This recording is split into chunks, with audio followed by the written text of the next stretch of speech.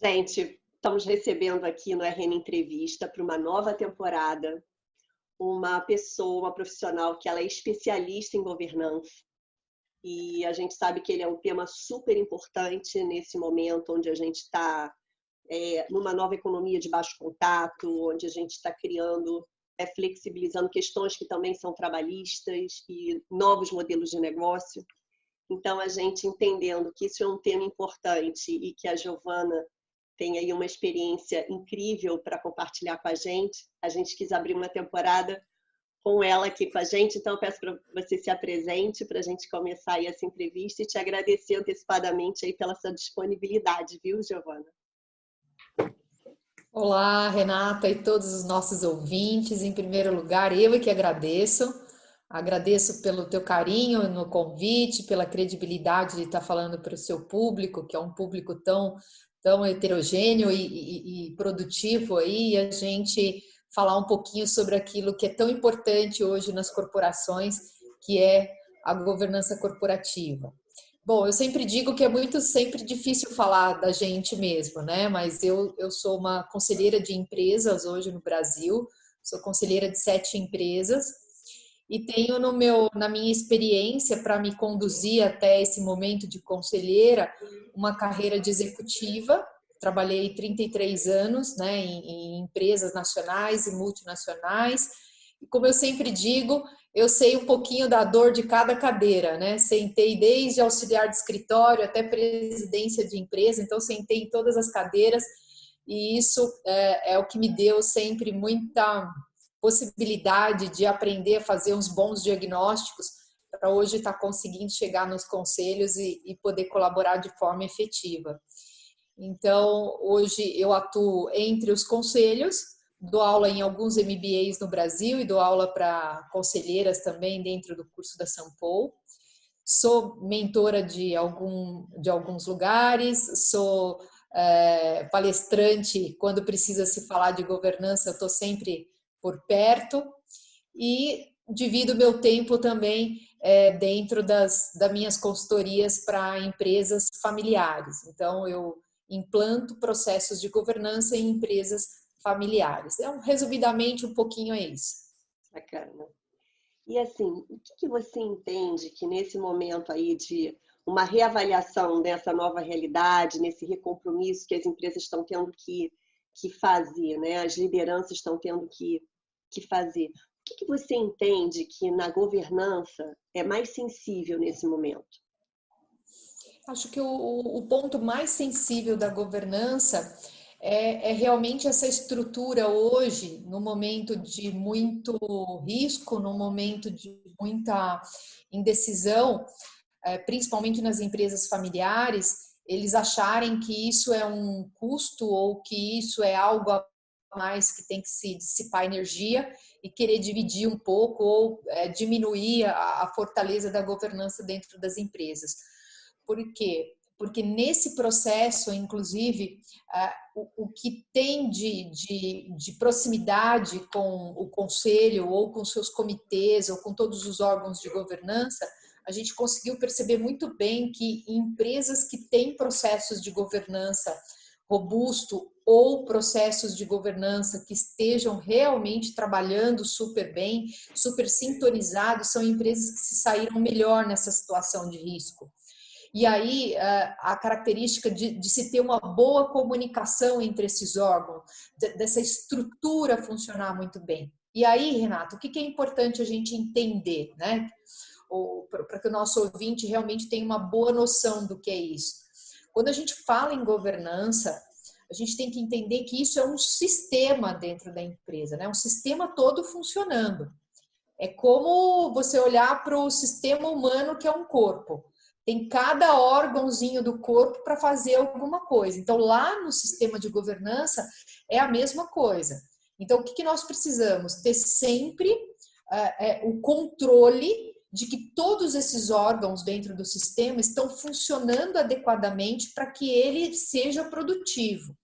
Então, nesse momento, a gente não dissipar as energias, deixar com que cada órgão da governança execute e cumpra para a missão de cada um deles e, a partir daí, você ter uma estrutura que está sempre trabalhando em conjunto, com processos, com organização, com suas políticas, com suas normas. E aí, quando você une tudo isso com todas as partes relacionadas e envolvendo todas as partes que precisa, você tem um resultado eficiente aí, pensando na sustentabilidade da empresa. E, Giovana, o que caracteriza a robustez dessa governança numa empresa nesse momento de pandemia? Muito boa pergunta, Sandra. O que vai definir a robustez da governança vai ter que ser uma coisa que eu sempre brinco, né? Tem que ornar, né? Então, o tamanho da governança tem que ornar com o tamanho da empresa, como diz o cara do interior, tem que ornar. Não adianta a gente pegar uma empresa pequena e querer colocar uma robustez de governança gigante daquela que vai abrir o capital. Não, não é isso. Então, muita calma nessa hora. O que nós temos que fazer é o seguinte: qual o tamanho dessa empresa? Quando a gente olha para o processo e para o sistema de governança, o que a gente precisa ter? A gente precisa, em primeiro lugar, ter uma separação muito clara entre propriedade e gestão, ter uma separação muito clara entre os momentos de se fazer estratégia e os momentos de se fazer monitoramento, ter os órgãos que cuidam do que tem que ser monitorado, os órgãos que cuidam da execução. Quando a gente tem tudo isso, a gente vai adaptando. Então, na empresa pequena, nós vamos olhar quem aqui é que toma a decisão, quem é que faz o papel estratégico. Então, vai executar o papel estratégico. Quem é que vai fazer o papel da gestão? Quem é que vai monitorar? Como vai monitorar? Quais os indicadores que irão monitorar? Quais são as políticas que nós vamos fazer? Nós não vamos pegar uma empresa familiar, pequena, praticamente uma startup. Vamos dar exemplo de uma startup, né? Nós não vamos colocar ali uma robustez de 50 tipos de política, com conselheiros lá que são os top 10 no Brasil. Não tem condições, né? Então, nós vamos colocar cada coisa no seu devido tamanho. E à medida que você vai crescendo, que a empresa vai se desenvolvendo, todo esse volume de governança vai crescendo junto, vai desenvolvendo junto. Seus órgãos vão ficando mais maduros e, se precisarem ficar mais robustos, ficarão, mas a essência é a mesma desde o início. O que vai mudar é só o tamanho. E assim, nesse momento de pandemia, só pegando o gancho com a sua pergunta, Renata, nesse momento de pandemia, o que você identificou nessas empresas familiares e pequenas que foi a mudança mais importante na parte de monitoramento ou na parte de estratégia que deu luz à importância da governança? Acho que o que a gente mais tem sempre de importante aí é que na estrutura de governança, quando você tem o órgão decisor e o órgão que monitora, que é exatamente esse, que é o conselho de administração ou muitas vezes um conselho consultivo, é ter realmente uma eficiência desse órgão, onde ele faz a estratégia e ao mesmo tempo monitora. É como se fosse um Waze. Eu fiz um caminho e eu estou seguindo esse caminho. Qualquer alteração no caminho, o Waze vai avisar. Isso aqui não está muito bom. A rota. Estamos monitorando e estamos vendo que isso não está bom. Então, recalcula a rota. Perfeito. Então, não só nesse momento de pandemia, tá, Sandra? O que nós percebemos é que, nesse momento, as empresas que têm esse sistema implantado, que é o sistema de governança e tudo, se saíram melhor justamente porque nós precisamos tomar decisões muito rápidas. Então, esses órgãos ficaram muito próximos. Para você ter uma ideia, ao invés de nós fazermos uma reunião só de conselho por mês, a gente acabou se encontrando toda semana. Acabou que o conselho e as estruturas de governança ficaram muito próximas com a gestão e isso trouxe um dinamismo e uma rapidez muito grande em problema e tomada de decisão, né? Mudança de variável e tomada de decisão. Agora, deixa eu tomada de decisão rápida para o presente, mas que valham para o futuro. Mas assim, em termos de... Vamos olhar para dentro ainda do corpo executivo, né? Sim.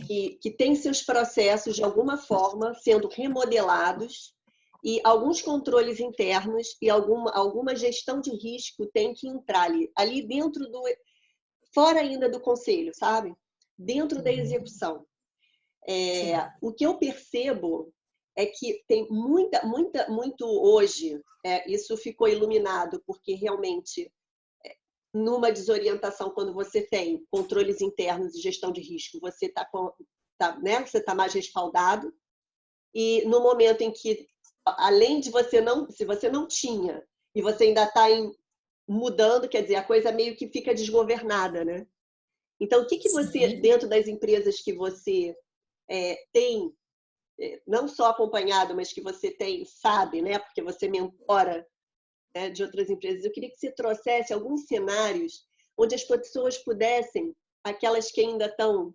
Eu sei que você tem um nicho muito forte de empresas familiares, né? Que você trouxesse assim, um senso, não só um senso de urgência, mas uma consciência para acordar para isso e que as pessoas enxerguem isso como um investimento e não como um custo. Sim, sem dúvida. São investimentos que vão trazer muito resultado. Por quê? Porque quando você tem uma estrutura de governança funcionando, a capacidade que você tem de implementar, monitorar e errar menos é maior. Então, o que acontece? À medida que você catalisa todos os processos, tem políticas, tem organizações e tem todo o sistema funcionando, olha que engraçado que é, bem lógico. Quando a gente não tem isso, o que acontece? Primeiro, as tomadas de decisões, muitas vezes, não tem uma certa organização, né? Porque a hora pensa numa estratégia, a hora pensa na outra, a hora pensa na outra. Ali a gente tem planos que são seguidos e aí são monitorados e tem todo o processo funcionando. Você ganha em tempo, você ganha em planejamento de curto, médio e longo prazo, você ganha principalmente em não ter que refazer estratégias o tempo todo. Quando você começa a contabilizar tudo isso, quanto que custa o preço de um bom monitoramento e você poder recalcular a rota antes de estar no caminho perdido, né? Quanto custa isso? Isso é um valor intangível. Então, só depois que a gente, não é? Só depois que a gente tem um processo de governança, e eu ouço demais isso dos meus clientes, eles olham e falam assim, depois de um ano, por exemplo, com todo o sistema de governança acontecendo, tudo, eles olham para trás e falam assim, nossa, Giovana, por que a gente não começou isso antes? Porque ganha agilidade, ganha mais assertividade, ganha mais prudência. A gestão de riscos, como você colocou, é um tema extremamente importante, porque na governança, em todo esse sistema organizado, nós temos toda a parte de auditoria interna, auditoria externa, nós temos comitês que estão olhando tudo isso, nós temos mapeamento de riscos, nós temos a nossa AGR, que é a Análise Geral de Riscos, onde estão analisando todos os riscos e, ao mesmo tempo, temos os planos de ação para que esses riscos não ocorram e, caso ocorram, quais são as tomadas de decisões imediatas, as decisões de curto, médio e longo prazo. Quando você coloca tudo isso num caldeirão e mexe, eu diria que os ingredientes ficam todos uma grande sopa saborosa e aí todo mundo consegue se servir de forma eficiente. Quando a gente faz tudo isso de forma aleatória, e ainda querendo fazer num momento como esse, por exemplo, é bom fazer? Sempre vai ser bom. Em qualquer momento que você comece a governança, sempre você vai ter uma vantagem. Sempre você vai ter um momento de início, um momento de meio e fim. Ou seja, uma hora você vai ver resultado. Mas, obviamente, quanto mais cedo começar, quanto mais rápido se tomar as decisões para trabalhar com esse sistema organizado, mais vantagem a empresa tem e mais benefícios os seus controladores poderão ver a curto e médio e longo prazo. Das empresas que são mais, vamos dizer assim, startups ou empresas menores, que não têm um sistema de governança, como é que você começa esse processo? Nas empresas menores, o que a gente faz? Aquilo que a Sandra comentou, né?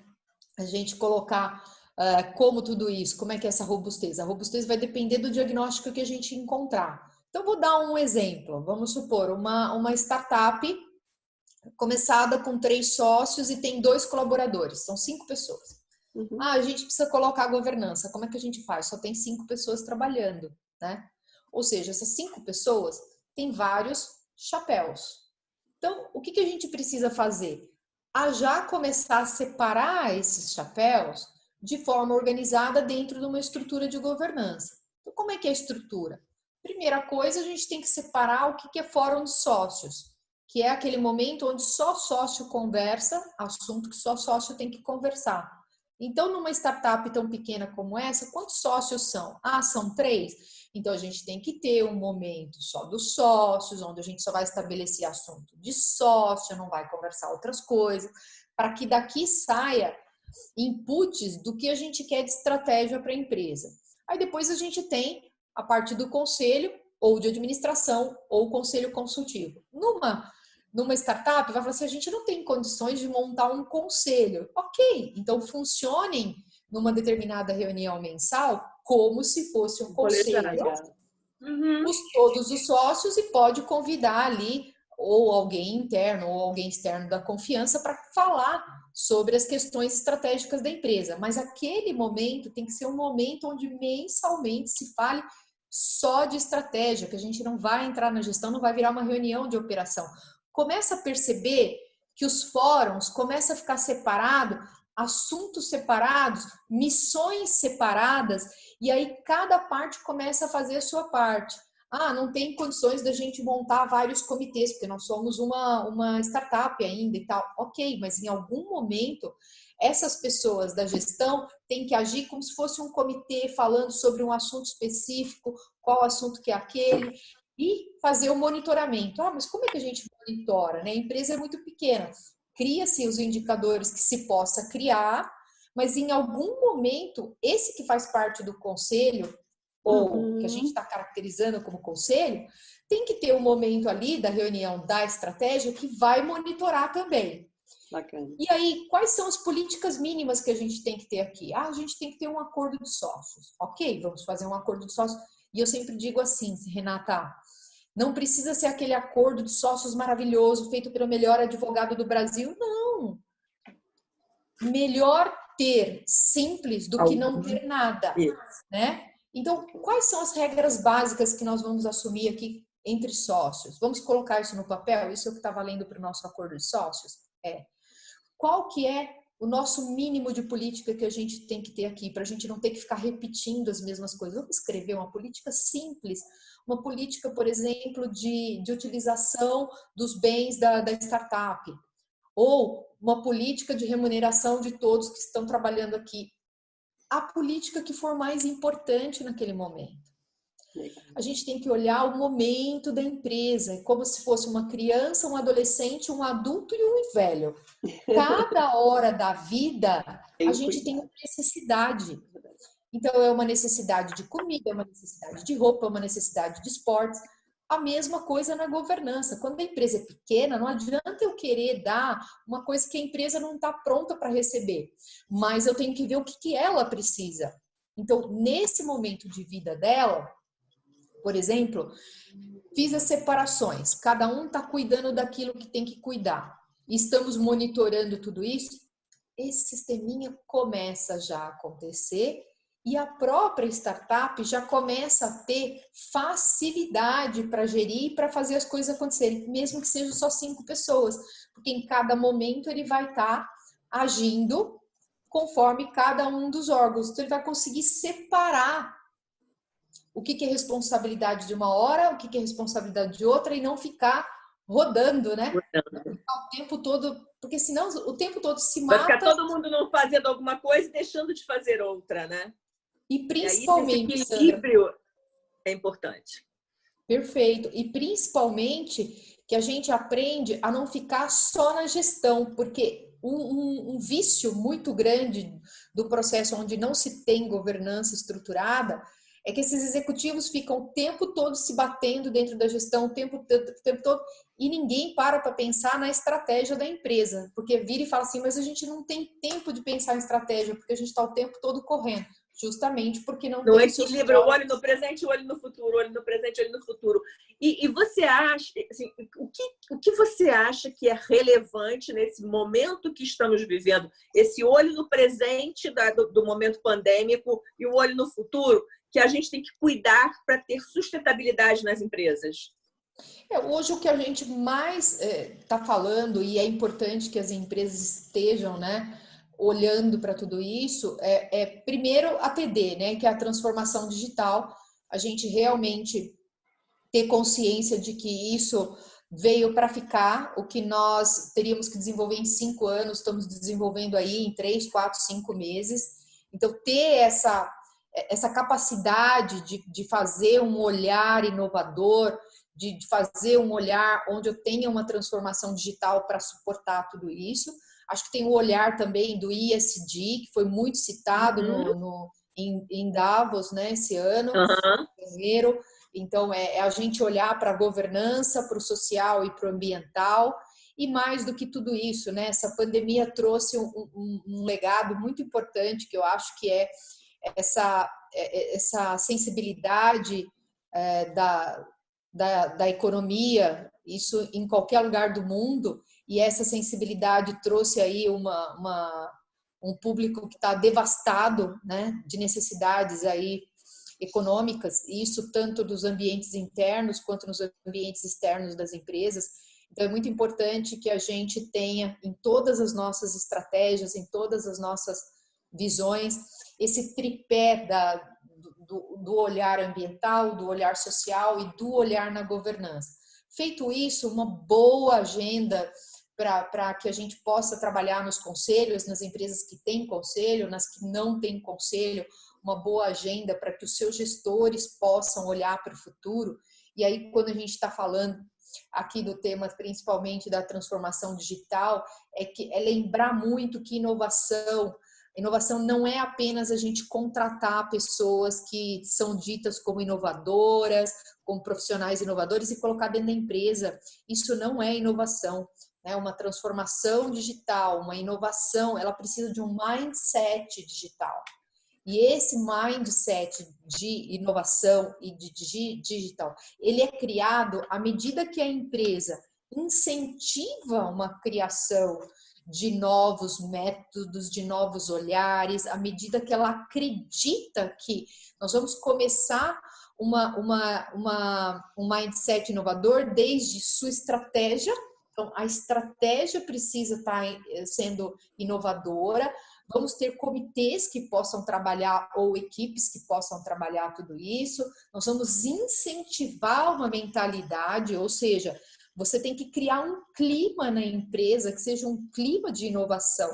E depois nós vamos investir, e depois de investir nós vamos valorizar ideias. Então, são 5 sempre dicas que eu falo. Olha, tem que ser estratégia inovadora, tem que ter comitê trabalhando junto, tem que ter incentivo a essa mentalidade, né, esse clima, tem que ter investimento e tem que ter valorização das ideias, porque nem sempre uma ideia é disruptiva, nem sempre é uma coisa totalmente nova, às vezes é só fazer diferente aquilo que a gente já fazia. Já faz.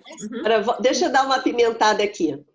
Essas empresas que são familiares, né, e que têm um modo de gestão mais tradicional, mas que, enfim, por conta do momento, tiveram que se abrir a novas possibilidades, né? E começaram a se abrir, nem sempre, né, as pessoas que estavam no comando são as mais apropriadas para, nesse momento, continuarem no comando, né? E aí, qual uma possibilidade que você pode explorar aqui com a gente dessas pessoas irem para um conselho e abrirem para outros executivos liderarem esse processo? Como é que você vê isso e como é que você está enxergando isso no mercado? Aliás, isso é uma das coisas que mais tem acontecido. Eu sempre digo o seguinte, para responder essa pergunta, que existe sempre um momento onde o fundador ou quem toca a empresa desde o início tem a lucidez de saber que ele não tem que carregar o piano sozinho.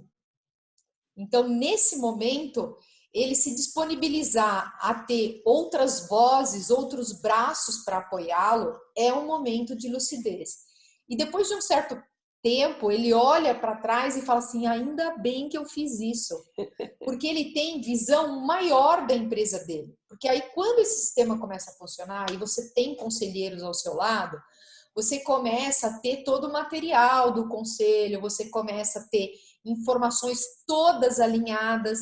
Então, muitas vezes, é um fundador ou um executivo que começou a empresa do zero e as informações estão todas na cabeça dele, mas não tem um painel organizado de informações.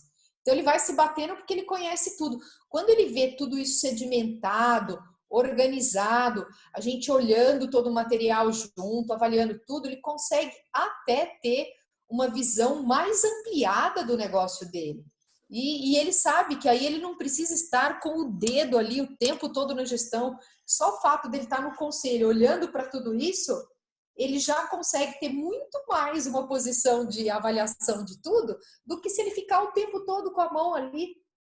Então, é por isso que eu sou tão apaixonada por governança, porque dá tão certo, é tão produtivo pensar assim, é tão bom quando a gente consegue deixar tudo isso acontecer. Então, numa empresa pequena, que a pessoa não tem uma segurança ainda, não tem problema nenhum, ela não vai ser obrigada a seguir eventualmente o que um conselho consultivo, por exemplo, diz, né? Ela pode criar inicialmente um conselho consultivo com um pequeno conselheiro, tamanho, onde começa com um conselheiro externo, porque tem que ter externo, porque só os de casa vão estar pensando do mesmo jeito, então é bom ter esse nutriente externo para alimentar a nova planta, né? Então, assim, começa com um conselheiro, faça algumas reuniões, aprenda um pouco, aí se estiver confortável, traz o segundo, e daí vai nascendo, vai crescendo esse dinamismo, e aos poucos vão fazendo o que precisa ser feito. Então, o conselho consultivo vai fazer algumas recomendações e, obviamente, como o dono ou fundador, vai olhar e vai ver que a recomendação é o melhor para o resultado da empresa.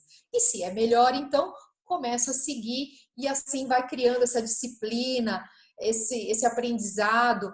E também nós temos que respeitar muito, muito o tempo dos fundadores, o tempo de quem começou o negócio. E aí me dá uma agonia quando eu ouço, né, frase assim, vamos profissionalizar. Aí o fundador, só de ouvir essa palavra, vamos profissionalizar, como é que ele se sente, né? Ele tem a empresa há 50 anos e não era profissional? E quantas vezes você passa por um movimento desses, você realmente, às vezes a coisa não é natural, né? A coisa é forçada, e aí os fundadores saem do dia a dia e vão para um conselho, colocam profissionais nos cargos e a coisa não dá certo, porque falta a essência daquele conhecimento, o link com o propósito do negócio. Ali tem uma transformação cultural e um cuidado muito grande, né, Giovana? Eu já participei de algumas empresas que fizeram isso, inclusive teve uma delas que eu entrei justamente nessa onda de profissionalização e de tirar a família dos cargos, e foi traumático. Eu sofri muito, porque a empresa a família tinha que estar ali ainda, né? A família não podia ter saído de forma tão radical. Essa coisa tem que ser muito bem feita, né? Mas a minha pimenta é justamente o contrário, né? A família chegar a essa conclusão de que é melhor para a operação renovar a gestão, e ela se manter próxima dali, né, com o olhar de cima da montanha, para ela poder ter clareza das tomadas de decisão que são importantes para aquele organismo continuar a ser sustentável, né? Então, assim, essa é a pergunta. A família precisa sempre ser instigada, os seus fundadores precisam ser instigados. Por isso que normalmente, como eu comentei, é o momento de lucidez. Como é que tem esse momento de lucidez? A partir da educação, a partir do conhecimento. Porque a gente só começa a se preocupar com alguma coisa quando a gente tem conhecimento dela, né? Na ignorância, né? A gente produz muito pouco. Então, se é um fundador que não tem acesso, por exemplo, a todas essas informações do que é que representa uma governança ou não, os passos serão menores, mas pode ser trazido por uma segunda geração, por uma terceira geração, ou por executivos que acreditam e começam a mostrar. Eu diversas vezes tive famílias que não entendiam nada de governança e um executivo que fala, olha, a gente precisa ter governança, mas o que é essa tal de governança aí? Ah, vamos trazer então a Giovana aqui para falar. E eu ia, dava uma aula de governança, falava como funcionava. Uma vez eu cheguei a ouvir de um fundador de uma empresa de agrobusiness, bilionários, mas ele ainda ia para a fazenda ainda, todo dia. E ele falou assim, vamos ouvir então o que é essa tal de governança aí. E eu fui lá, fiz todo um trabalho de mostrar para eles e tudo. E aí ele, no final de tudo, ele falou assim, olha, dona Giovana, você sabe que essa tal de governança aí é uma coisa boa pra gente, eu acho. Esse negócio eu acho que vai ser bom, mas viu? você... Como é que a gente pode começar isso daí? Então, aí é aplicar o tamanho suficiente para não assustar também, para deixar ficar confortável, porque essa posição de ter esse fundador junto nesse processo, acreditando nesse processo, é o que a Sandra falou, de você estar trazendo o DNA do negócio, né? Se a gente simplesmente tira, tudo tem que ser feito de forma cirúrgica. Eu sempre digo que cuidar de empresas familiares não é para qualquer um. Tem que ter experiência e tem que ter muito, mas muita sensibilidade. Muita a tal da empatia, né? A tal da empatia. Foi esse negócio, fui eu quem criou, foi minha mãe, meu pai, minha avó, meu avô. Então, assim, tem que ser muito cuidadoso. E tem uma outra coisa, você vê, você estava falando, né? São bilionários, às vezes são pessoas que tiveram uma história de muito sucesso na empresa, né? Que passaram e sobreviveram a N crises. Mas aqui eu queria focalizar um momento planetário, né? Diferente. A gente está vivendo um momento diferenciado. Mudança sempre existiu, crises sempre tiveram. Mas eu acho que a gente está vivendo um momento em que não é qualquer mudança. É uma mudança numa velocidade extremamente acelerada e diária. Então, é com esse olhar, né, nesse mundo VUCA, que eu acho que é um cenário bem diferente. E aí você pega um cara mais tradicional e que já teve muito sucesso e, de repente, ele se vê tendo que se reposicionar. E essa é a dor que todos estão sentindo. A única coisa boa é que essa dor não vai ser só para ele. O mundo inteiro está sentindo essa dor. Então, aí é que vão se diferenciar quem realmente sentir a dor e ir atrás do remédio e tomar logo esse remédio, ou alguns que vão continuar com a dor, não vai tomar o remédio, vai ficar relutando. E não tem caminho outro, Renata. Esse mundo que você está falando, todo em ebulição aí, nós vamos separar aí as empresas que realmente vão ter a consciência e vão usar a velocidade para isso e aquelas que não vão ter velocidade e vão ficar para trás. Se não ficar para trás, vai ter que andar de um jeito diferente e, obviamente, em algum momento, sempre nós vamos ter aqueles que saem na frente e aqueles que vão ficar um pouco para trás. O que a gente recomenda sempre é que você tenha, de fato, uma boa estruturação para sair fazendo o que tem que ser feito. Não saia fazendo de qualquer jeito. Acho que tem que ter sempre um profissional externo para ajudar na questão da governança, ajudar naquilo que é importante e que é prioridade. Muitas vezes tem coisas que não é prioridade naquele momento, né? E a partir daí, buscar cada vez mais aumentar essa cultura organizacional de governança. Eu sempre digo que a gente tem que desenvolver gestão e desenvolver uma gestão de inovação ou de governança, ela tem que ser capaz de ser sustentada, ela tem que ser capaz de ser absorvida. Ou seja, tudo aquilo que a gente... Vale a pena. Tudo aquilo que a gente jogar dentro da empresa, a gente tem que ter condições de perceber que essa empresa está assimilando, porque também a gente jogar a teoria e depois ninguém absorver, a gente não vai ter resultado. A gente chama, na nossa metodologia, de integrar, né? A gente tem que integrar aquele conhecimento numa prática que gere valor. Eu sempre digo que é o binômio retórica e prática. Então, a retórica tem que ter a prática. E daí, esse binômio funcionar efetivamente aí para a gente construir o que tem que ser construído. Giovana, agora voltando aí para a transformação digital. Em termos de gestão de comportamento, questão de cultura organizacional, como a governança, como os conselhos ajudam esse movimento de mudança de uma empresa tradicional, hierárquica, waterfall, aquela coisa assim, daquele TI básico tradicional, num TI ágil, em tecnologia, velocidade, agile mesmo, né? Scrum, e todo modelo de gestão ágil, para que isso aconteça governado. E segundo o item da pergunta, o que as lideranças precisam aprender e desenvolver? O que vai ser valorizado nas lideranças para esse movimento? Sim, bom, a sua pergunta é uma pergunta bastante ampla, né? Que determina duas partes, fundamentalmente. Uma parte que é como é que a gente cria estratégia do que tem que fazer e outra parte é como é que a gente implementa, né? Acho que vai muito nesses dois aspectos. Isso, tem razão. Na parte da estratégia, aí a gente ter condições de realmente ter a decisão quando a gente faz o conselho, ou o conselho de administração, ou o conselho consultivo, que seja, que essas pessoas, que esse órgão realmente entenda e saiba fazer boas perguntas relativas à TD, que é essa transformação digital.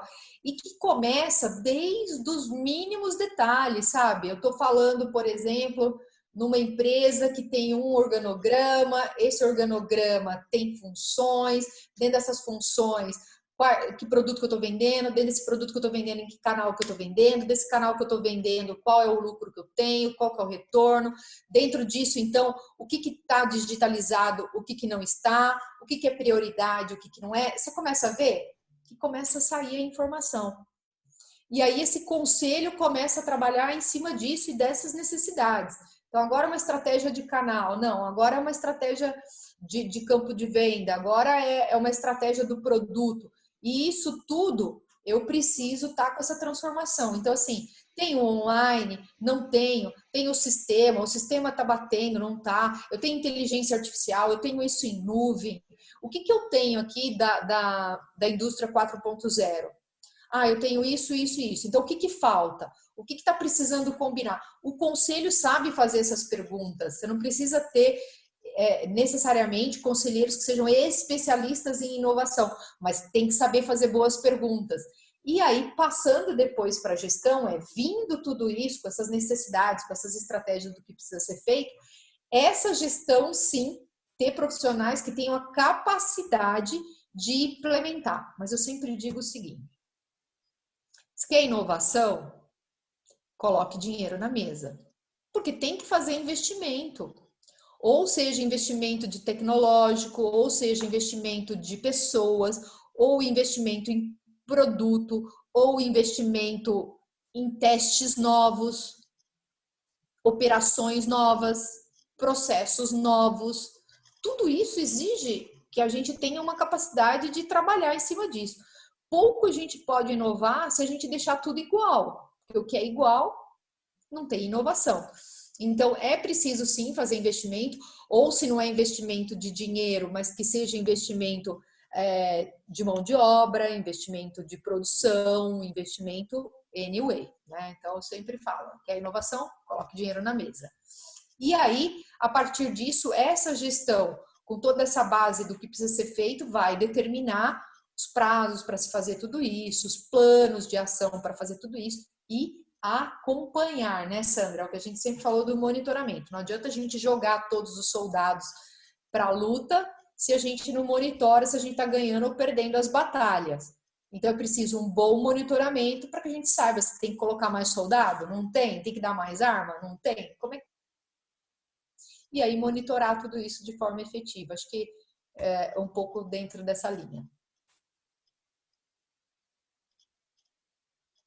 Obrigada pela resposta, foi excelente. Foi excelente, uma aula.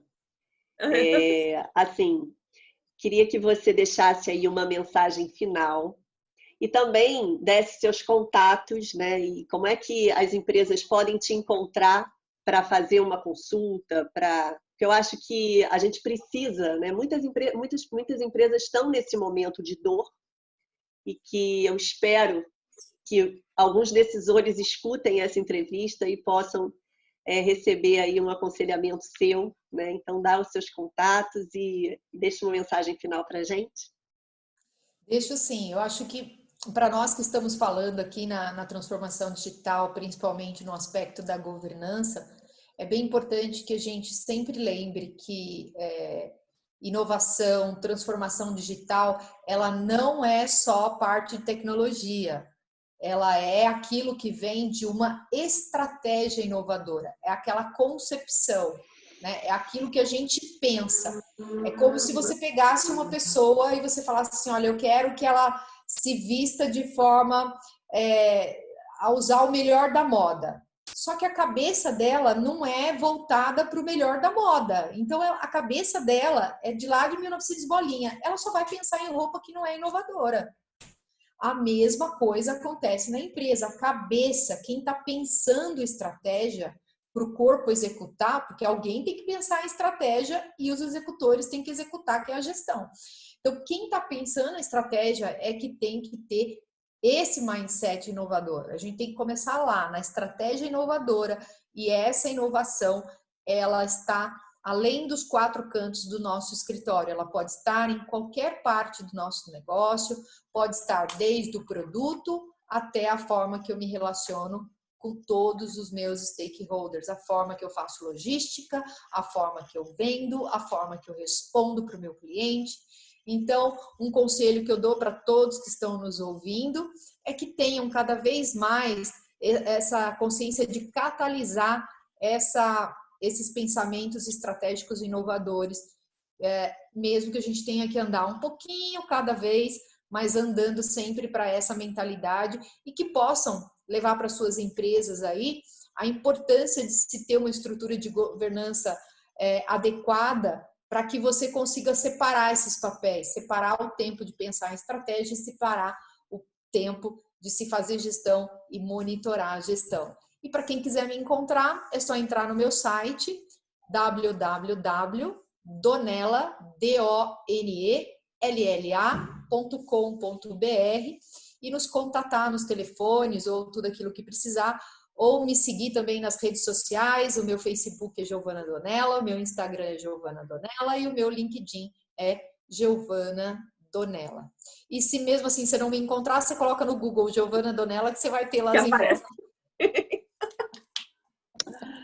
Querida, muito obrigada pela tua participação. Foi incrível te ouvir, aprendi muito. E que a gente aí se encontre. Gratidão. Que a gente se encontre em breve. Eu que agradeço. Você, Sandra Portugal, também. Muito bom sempre estar falando com vocês e ter o carinho de vocês. Espero que todos tenham gostado do pouquinho que a gente conversou e sempre que precisarem, contem comigo. Super obrigada. Tchau, tchau, querida.